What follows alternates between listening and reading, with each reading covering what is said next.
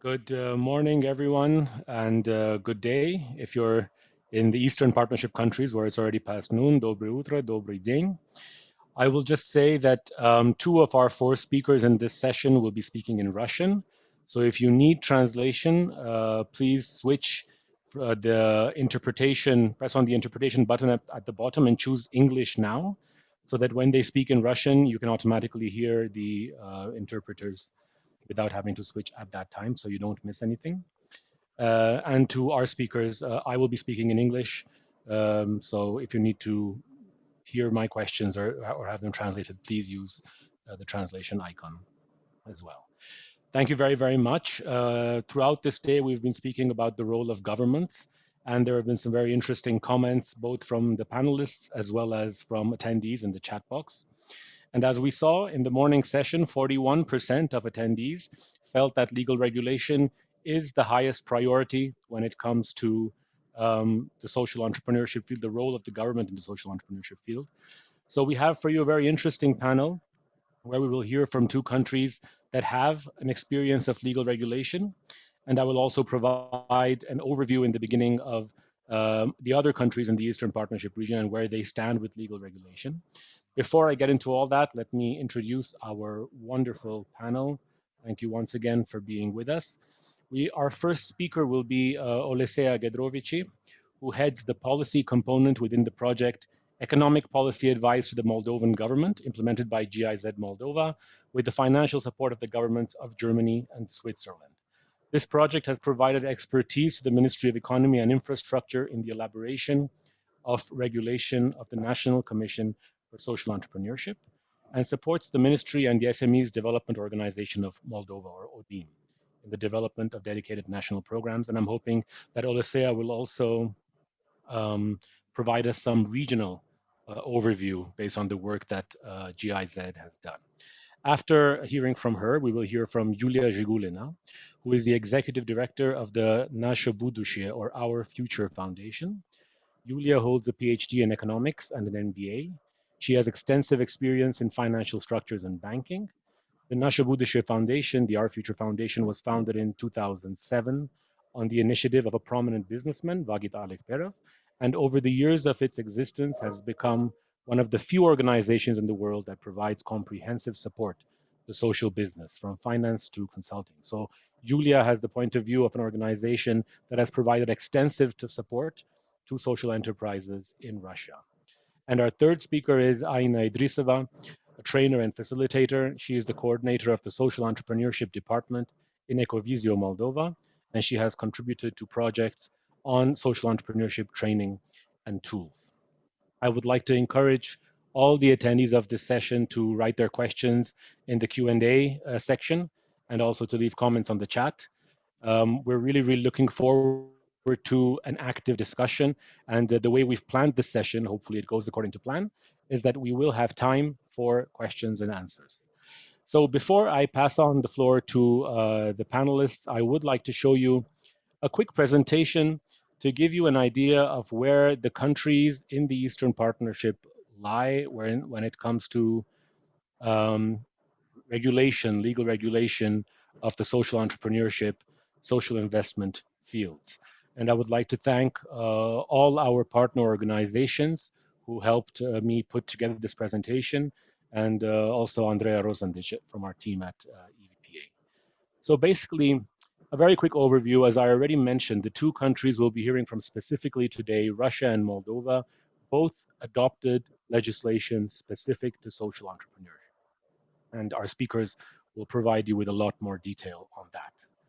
What is the situation in the other countries of the region? Well, we'll go through them one by one very quickly, but this slide serves as a spoiler alert and also as sort of a summary, which is why I'll also share it again in the end. But long story short, none of the other countries in the Eastern Partnership have comprehensive. Could you please speak a little bit more slowly? Thank you very much. Some action is being taken to develop either some policies or a full-blown legislation. At the same time, our region is unfortunately not known for great political stability. So many of these efforts over the past few years have been slowed down because of various political developments in each country of the Eastern Partnership region, for the most part. Finally, of course, we're really hoping that the lessons that Russia and Moldova have learned from their social entrepreneurship legislation can be learned and adapted to the legal situation in the other Eastern Partnership countries, so that we can,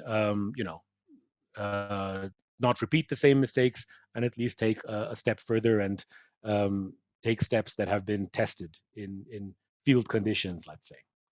Finally, in all the countries, there are some existing policies, some parts of the legal framework, whether it's laws about small businesses, laws about people with disability, and so on. Some of these aspects also relate to social enterprises. Even though the social enterprises are, in most cases, not legally recognized as such, they operate as small businesses, as any other small business, including a commercial business, and so on. But these aspects of the law do give them something to work with. So a quick overview, country by country. In Armenia, there has been a group working on a proposed concept paper since 2017, and that is currently being reviewed by the government. But once again, political situations, we have an election coming up, and we don't know if the government that comes into power after the election, whether it will be the same one or a different one, will pick things up from the same place where they were dropped, or whether, things will go back a few steps. With the existing laws, there are some privileges for companies that create employment for vulnerable groups. These include income tax compensation in case of having people with disabilities as your workers. And the government also provides a very small allowance of about 800 euros to companies that hire people with disabilities so that they can make changes to their space and make them more accessible to people with disabilities. In Azerbaijan, once again, no comprehensive law, but the term social enterprise is recognized by the government, even though this does not fully cover the concept of what social enterprise is. There are some privileges, again, for enterprises that provide employment to people with disabilities, including a reduction of the profit tax and exemption from property tax. In Belarus, a working group has been developing proposed legislation since 2017, but this has still not come to fruition. And once again, companies that provide employment for vulnerable groups have a series of benefits, including salary compensation, in this case, exemption from gross profit in some cases. In Georgia, there have been several attempts to actually pass a law that they've advanced to that stage, most recently in 2018, but these have so far not been successful. And once again, as we've seen in the other countries, there are some benefits for companies that support vulnerable groups, provide employment for them. In this case, in Georgia, there are also professional consultations for both employers and employees. And finally, in Ukraine, there have once again been serious attempts to introduce a law in 2011, 2015 in Parliament. Both have failed. But at the same time, a lot of activity has been taking place very recently at the municipal level in cities like Ivano-Frankivsk and Vinica. And at the same time, at the national level, there has been a strategy to develop SMEs. And the Ministry of Education has taken significant steps to include education on social entrepreneurship. And I literally got breaking news just a couple of hours before this session about a new interfactional group in Parliament that has been created in Ukraine for the development of social entrepreneurship. So that's a serious step in the right direction, or in the direction of legislation.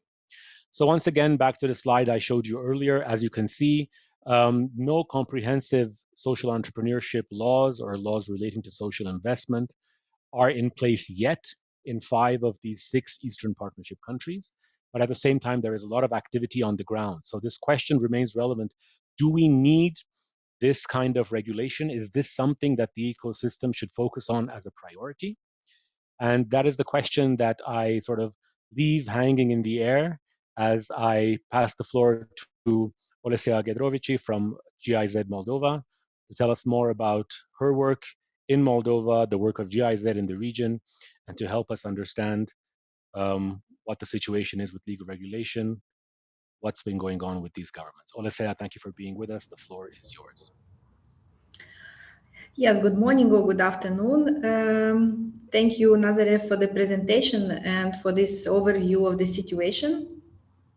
I am very happy to be today in this panel and share our experience and knowledge in this topic. So I work for the project which is called Economic Policy Advice to the Moldovan government.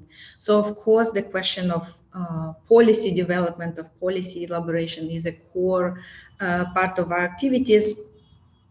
So, speaking about social entrepreneurship and social economy, we know that many European countries, they have developed a legal framework dedicated to this type of economy.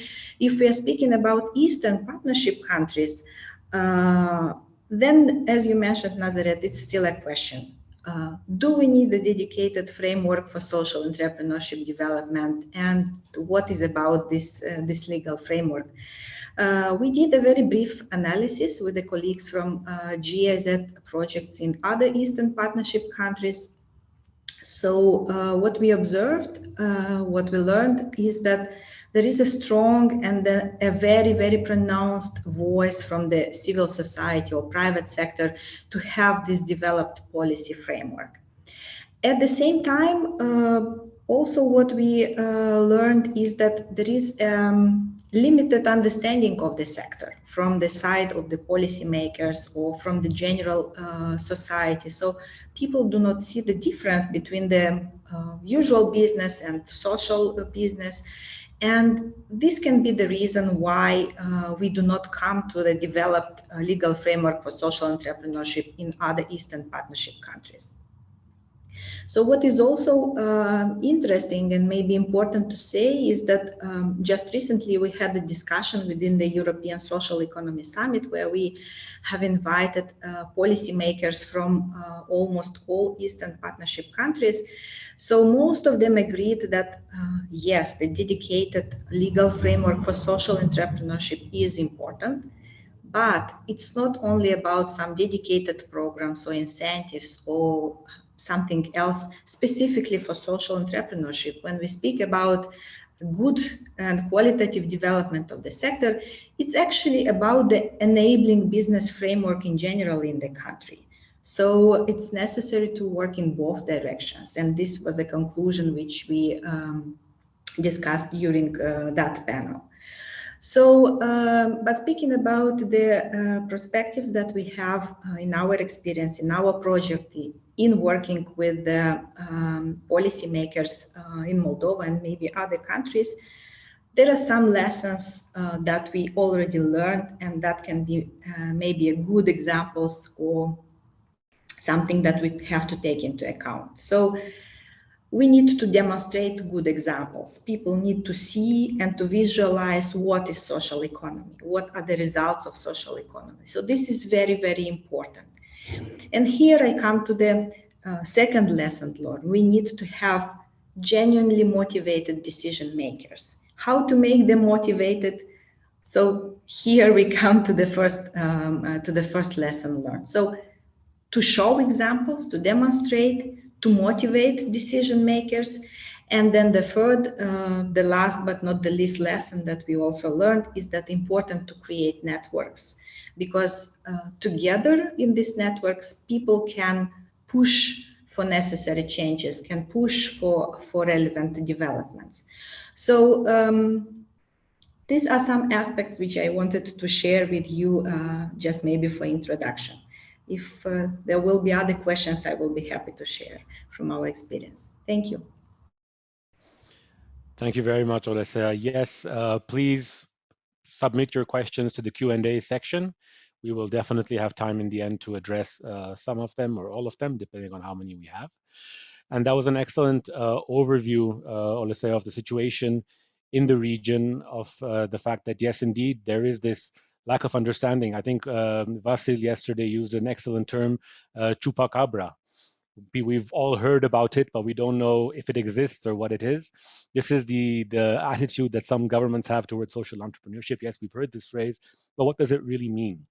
And indeed, I know that my colleagues in some of the Eastern Partnership countries are facing this attitude very often. And hopefully, over time, sooner rather than later, our policymakers, as well as the general public, will have a much clearer understanding of what social entrepreneurship is. The points about motivated decision makers and networks are also very, very valid, and they will definitely be part of the discussion going forward on this topic. Let's hear now from Russia, where a social entrepreneurship law or where legal regulation relevant to social entrepreneurship has been in effect for a couple of years now. Yulia Zhigulina, thank you very, very much for being with us. Please let us know what's going on in Russia, what is the law all about, and how it has affected the social entrepreneurship sector. The floor is yours.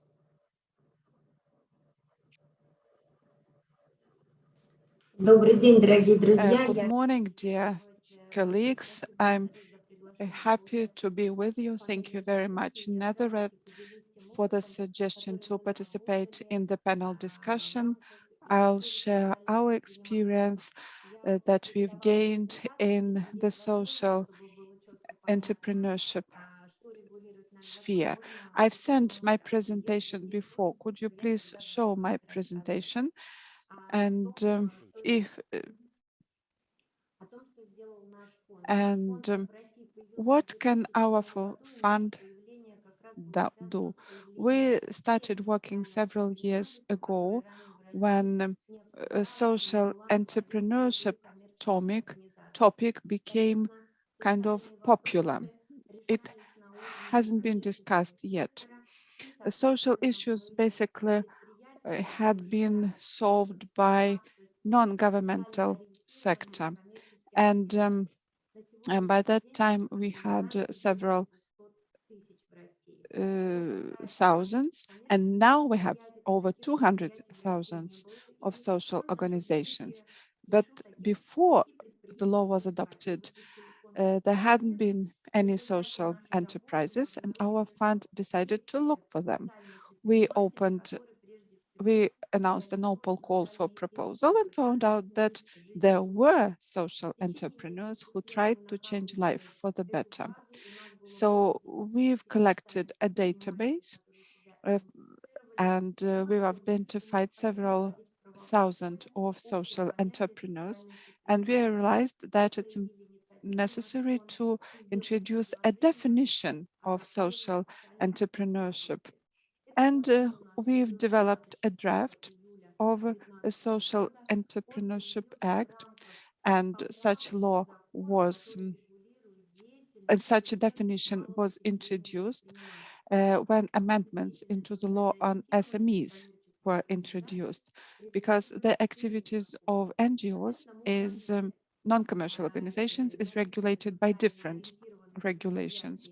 So we have now socially oriented enterprises. And also we've introduced a definition of a social entrepreneur that can be used by social organizations. So who is a social entrepreneur? So a social entrepreneur should be registered in a specific register, and later they are awarded the status of a social entrepreneur. And we've developed an online manual for future entrepreneurs, assisting them in filling in required documents and participating in the procedure. And a social entrepreneur status is given for a year.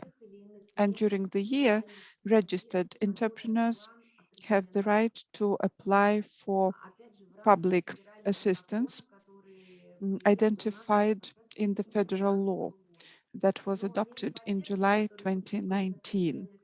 The assistance measures provided by the federal law have been used by our fund for many years. For example, we had an academy for social entrepreneurs. Also, we provided microfinancing to mature social entrepreneurs. We implemented certification programs and assisted them in expanding their activities. Also, we've translated various publications into Russia because there were not many publications on the topic at that time. They're still in high demand. And later we started making publications describing Russian cases. And so our experience, we can say, was used when the federal law was developed. And this slide describes 4 conditions based on which social enterprises and an entrepreneur can be classified as a social entrepreneur. First of all, it should be SME that provides jobs to marginalized groups or vulnerable groups. These are people with disability, these are retired people, and these are orphans and people released from prison, migrants and refugees, displaced persons, and low-income people. Each region may introduce its own amendments to federal criteria and include additional groups into the list of vulnerable groups. So we can say that the federal law provides an overall outline, a framework, but in the regions, assistance measures may vary, criteria may vary, and also groups included into the list of vulnerable groups may vary as well. So any enterprise that provides jobs, that hires vulnerable people, and not less than 50%, and they share the expenses on payroll fund not less in the amount not less than 25%, can fulfill the first criteria.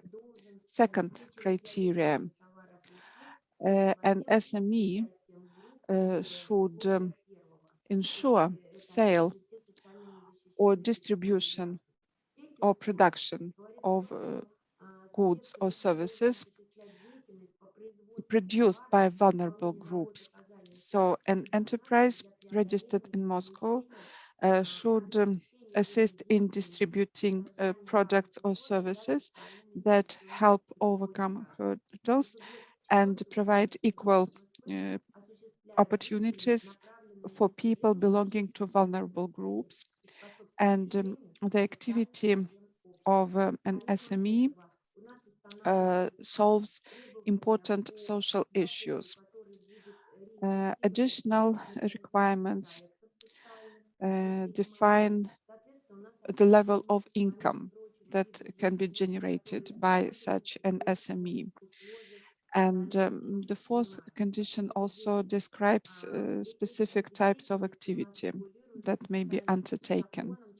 We have a law, a special law number 492 that lists those activities. So as I said, the law was adopted in 2019. So basically, first assistance was provided in 2020. Well, it turned out that it's very difficult to get registered, and the information on what types of assistance were available was not sufficiently transparent. And that's why only 3,000 entrepreneurs registered in the register. But according to our estimates, the number is much higher. So we think that any law requires amendments, requires improvements. So additional opportunities should be introduced for the regions, for local governments, so that they can take into account their local resources when developing assistance measures. And of course, also COVID pandemics provided its impact. Because the assistance, of course, was provided, first of all, to those who were in a difficult financial situation. So what assistance can be provided on the federal level. In order to receive it, to obtain it, you have to ensure the presence of infrastructure to support social enterprises at the federal level. For example, we have Center for Innovations in Social Sphere. This is the structure which is called My Business. And those centers provide consulting services to social entrepreneurs.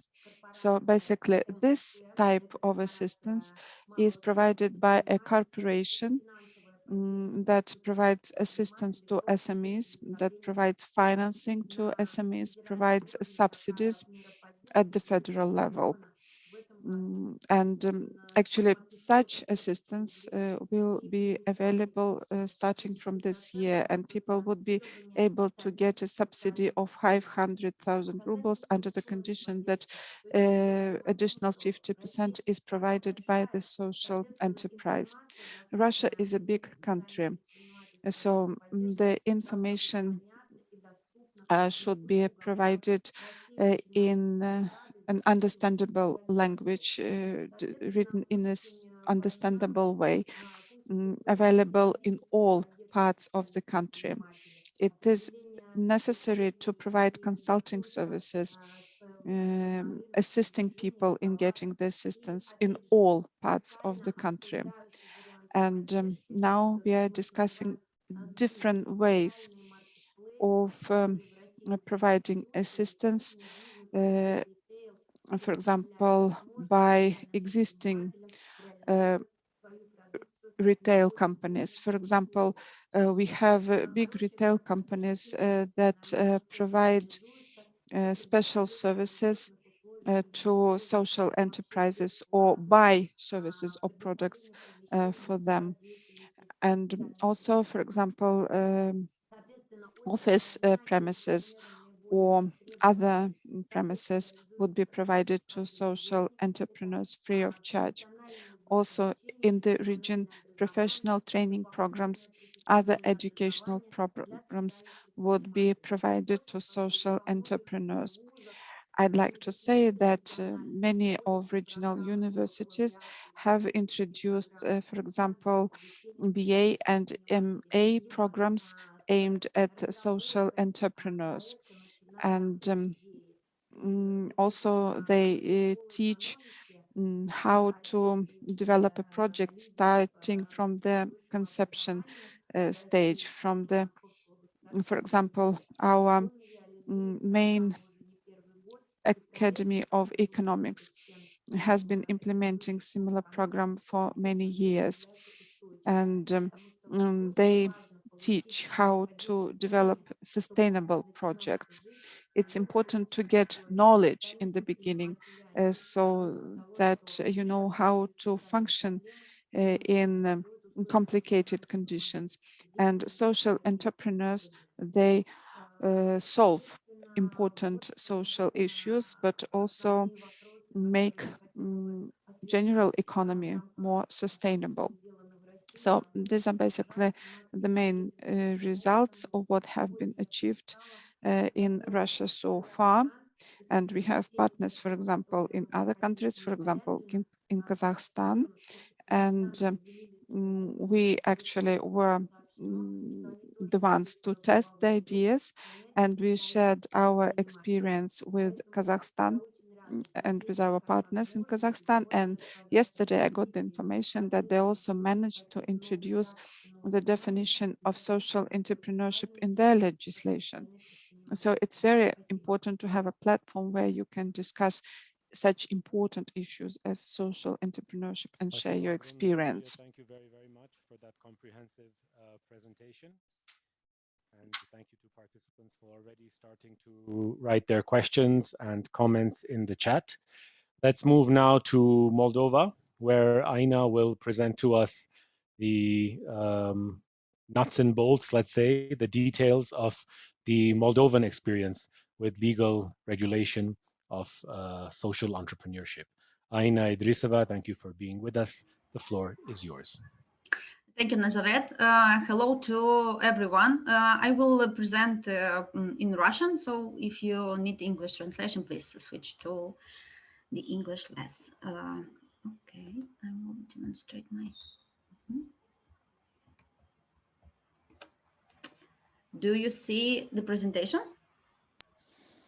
Yes, and one request from our interpreters is to please speak slowly. I know I've been guilty of speaking a little fast, so let's keep a slow pace to make their job a little bit easier. Thank you.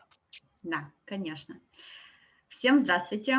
Меня Hello, and my name is Aina, and I represent Ecovision, an organization that works in different areas, and social entrepreneurship is one of the strongest areas of our work. And we have very strong expertise in this, and especially in the educational sector. But nevertheless, when we talk about social entrepreneurship, then this is really a big issue that is related to legislation and regulatory framework, because that gives us the framework within which we can work in Moldova. So in a few words about social entrepreneurship and its perception in Moldova. So there are three aspects that are really important, and we really need to pay attention to that. First, social enterprises have a level at an entrepreneurial dimension, so they have to carry out continuous economic activity, and they should also have a mandatory social dimension. That means that firstly, we really need to have a very clear social purpose, quite understandable, that they pursue, and at the governance dimension, I don't know if you can see my slide, but the fact that there is a distribution of profits and all the gains that must be distributed at a particular level. And all of the different elements really need to be distributed in an equitable way or in accordance to rules among the people who are kind of involved in the enterprise. So in 2018, we had an addition to the law on entrepreneurship and enterprises. And so that was like a small amendment regarding social entrepreneurs. So you can say that Moldova does have a regulatory framework, because we have this law number 223 that regulates, in very general terms, but it nevertheless regulates social enterprises and their business. As regards other legislation, we have some other pieces of legislation that contribute to the growth of social enterprises, but most of them do not specifically name social enterprises as a term or as a name. So that means that at the level of reporting to the government, there might be some questions about the volunteers working for social enterprises, but the law on volunteering does not really mention any of that. So there are some discrepancies, and there are some elements that are really a little bit the mismatching. So we have the legislative base, we have a national commission on social enterprises that should assess and monitor social enterprises once they are part of the official once they have become official. And this monitoring should be part of the status of a social enterprise. So this national commission or committee really takes responsibility for that. But of course, we can compare the perception of social enterprises at the international level and in our regulatory framework. So in our country, we have a stronger focus on vulnerable groups. So a big part of the legislation actually focus on social integration enterprises. So they actually hire people who belong to vulnerable groups or the people with disabilities. So we have social enterprises, and in general, the legislation regulates the following, that 90% of the final gains or profits should either be reinvested in the development of the organization, or 90% of the profits should go to support the social causes and purposes that the enterprise pursues. And there is one other important aspect, namely that payroll should not be very much different by more than 1/5 versus the other payrolls. And there is one other big aspect of the legislation, which is devoted specifically to social integration enterprises. That means that the minimum of 30% of all the employees should be members of vulnerable groups. And very soon, very recently, we had another amendment being adopted that was indirectly related to social enterprises. So when you have an enterprise with more than 50% of vulnerable groups, then you can be entitled to special subsidies that would go up to 300% of all of the taxation that is payable on those specific employees. So there are no particular definitions of social enterprises. It is available to any business which has this specific employment structure. So there have been some important shifts, and then progress has been made. So this means that our country has this law, and I constantly quote this example, and we have a special piece of law with a focus on people with vulnerabilities.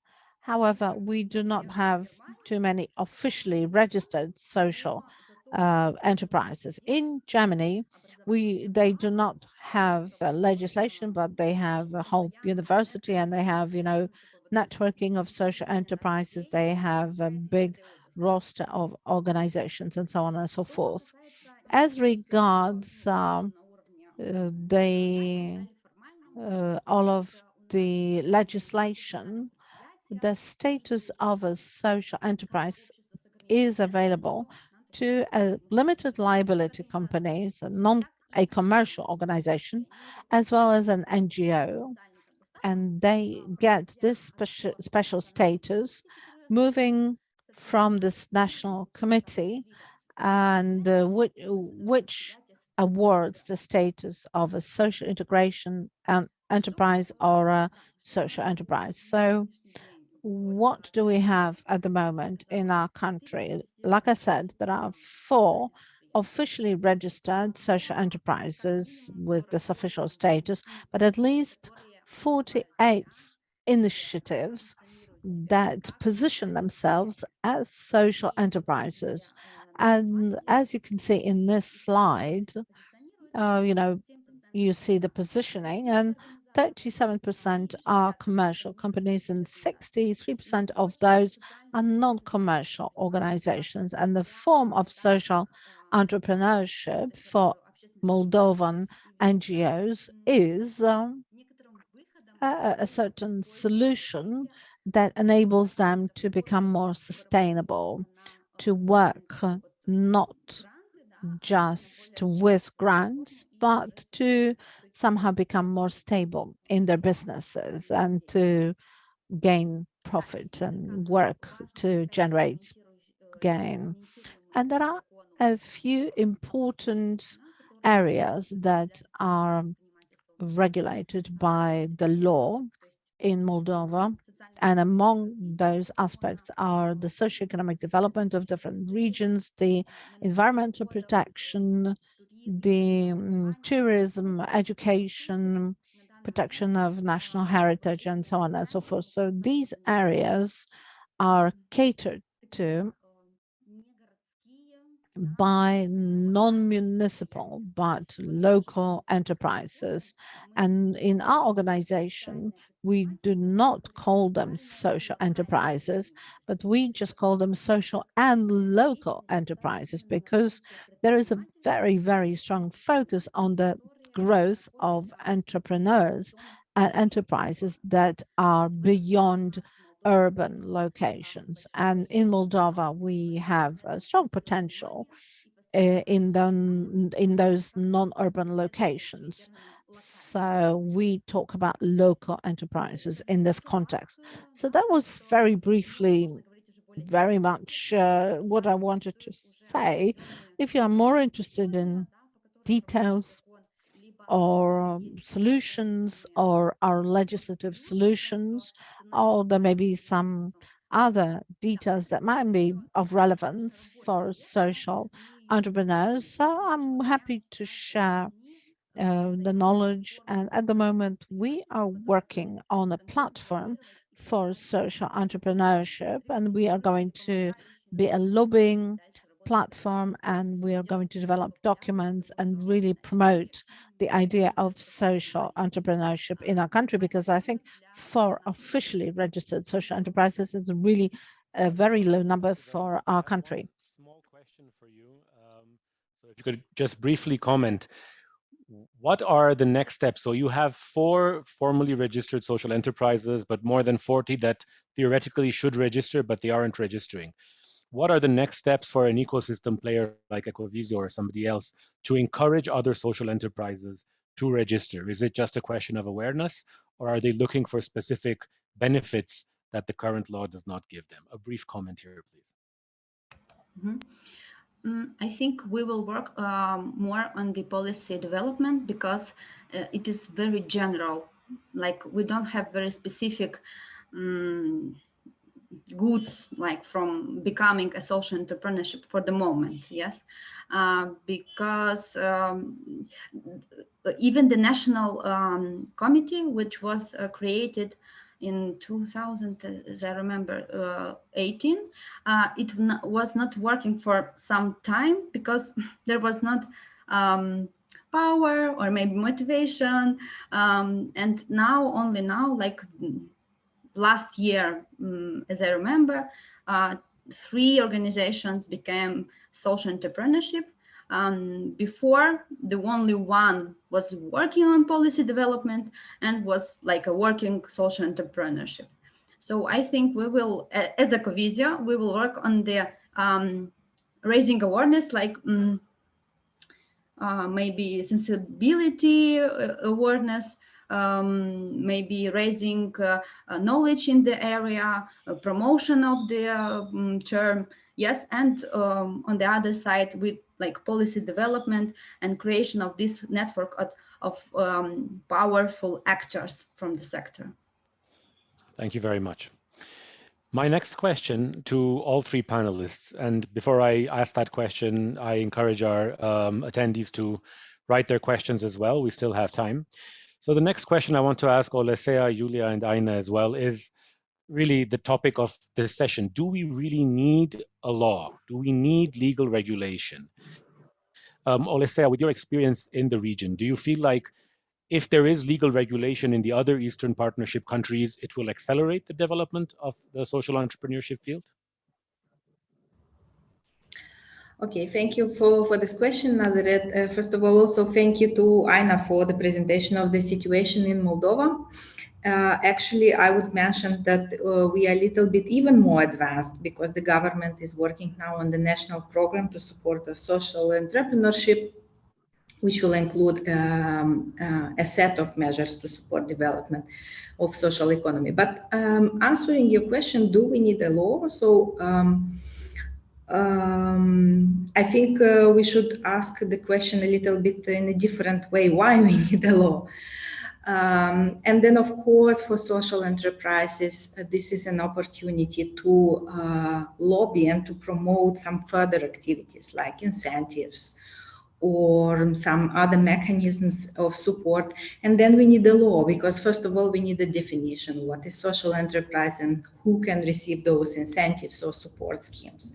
So in Moldova, for example, the law as we have it, and we have a definition of social enterprises, this opened the way for the implementation of the subsidies. I now already mentioned that we have now a subsidy scheme for work integration social enterprises. And actually, there is a difference between the subsidies for the usual entities and for the work integration social enterprises, because the subsidies for them are bigger.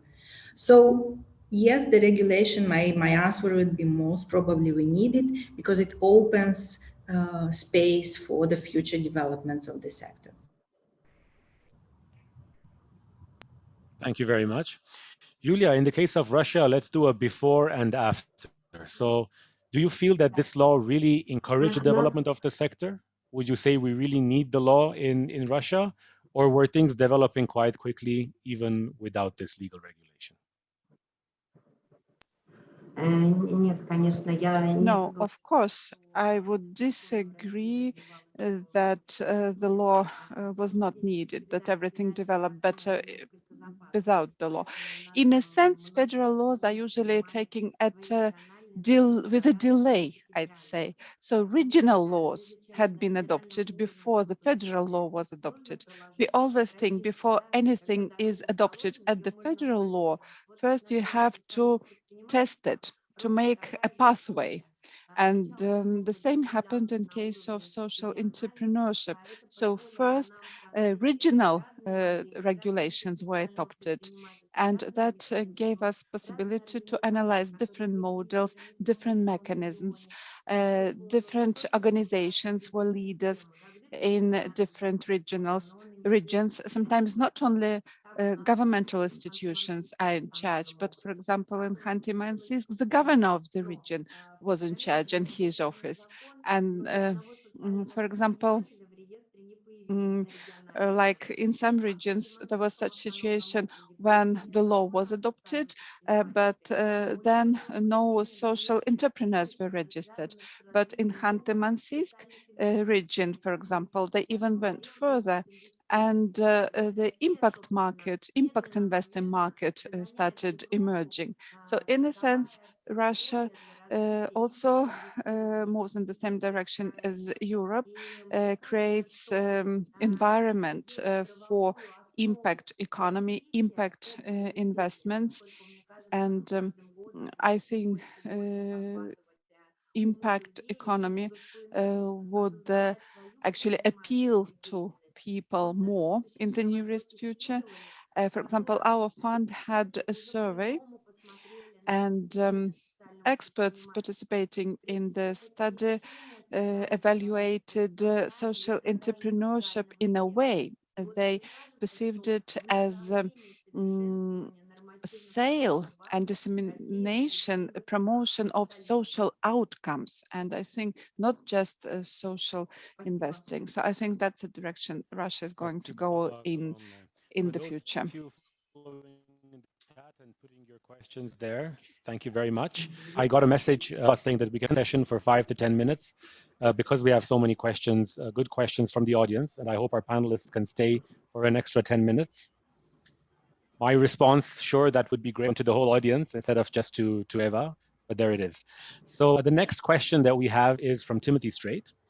And the question is, the focus on the examples that we have seen appears to be on persons with disabilities. Is the national discussion on the social entrepreneurship issue most often nested in the context of persons with disabilities? And I would like to ask this question first to Aina and then to Julia as well. Has the discourse around social entrepreneurship policies in your countries started with and focused mainly on people with disabilities? Okay, answering your first question about like the policy, which is needed or not. As a worker from this area, I would say yes, of course, is needed because of the subsidies and a lot of other like support, which can be or could be better to have. But as Aina, who saw a lot of examples from the world, I would say, no, it is not very strictly, because we need another way of thinking, another way of motivation for people who possibly would launch this social entrepreneurship, because okay, law is not a very sustainable motivation. Okay, about persons with disabilities, as I said, yes, this for the moment in Moldova, or okay, before this year, I would say, it was like the first topic, or the first cause, which the national discussions were based on, because we have some organizations which are working with people with special needs, and they were first who lobbied this area or this law. Yes. But yes, but for the moment, this year, I already heard that some masters, yes, of the field, they already say that, okay, we are based on the on this target group, but this is not the end of the area, and we have a lot of environmental issues. We have a lot of human rights issues, education, and this is not the only one which social entrepreneurship has to be based on. Thank you. Julia, I know that in Russia, the list is longer. It's not just people with disabilities. You have this group of vulnerable people. But what about issues like the environment? What about issues like education and all these other social issues? Is the law good at covering those issues as well, or is there a gap there?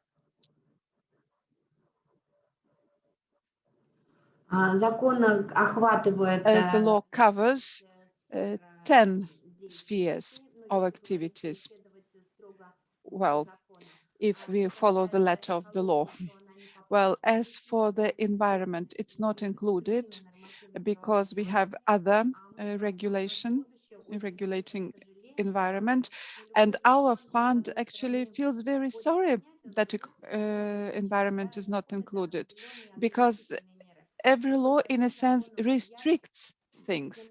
In a sense, of course, one law cannot cover all the spheres, all 17 SDGs. Yeah, just one law is not enough. That's why our fund started looking for different social entrepreneurs, not just those working with disabilities. And for example, we got applications, for example, about long queues to kindergartens, because people had to wait a long time. Then private kindergartens appeared. So when the issue was not that important in the regions, then we started getting applications for nurseries, because mothers even of younger kids wanted to go to work. And then we started looking for solutions, like, for example, commercial organizations started opening private nurseries. Also, there were other types of social enterprises that we supported. Usually, we supported some unique, innovative ideas, for example, in the sphere of education, for example, education and storytelling in case of children with specific needs. Now we identify such need as education of people with of autistic children, and many actually of the project that we supported looked for solutions in case of autistic children. Also, there are projects aimed at low-income categories of population.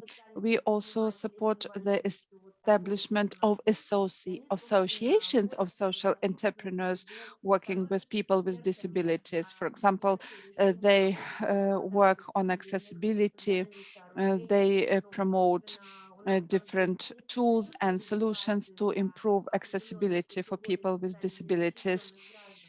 So we are promoting the complex approach, not just for one group of people with disabilities, but we aim at providing equal opportunities to all people, to people with all types of disabilities.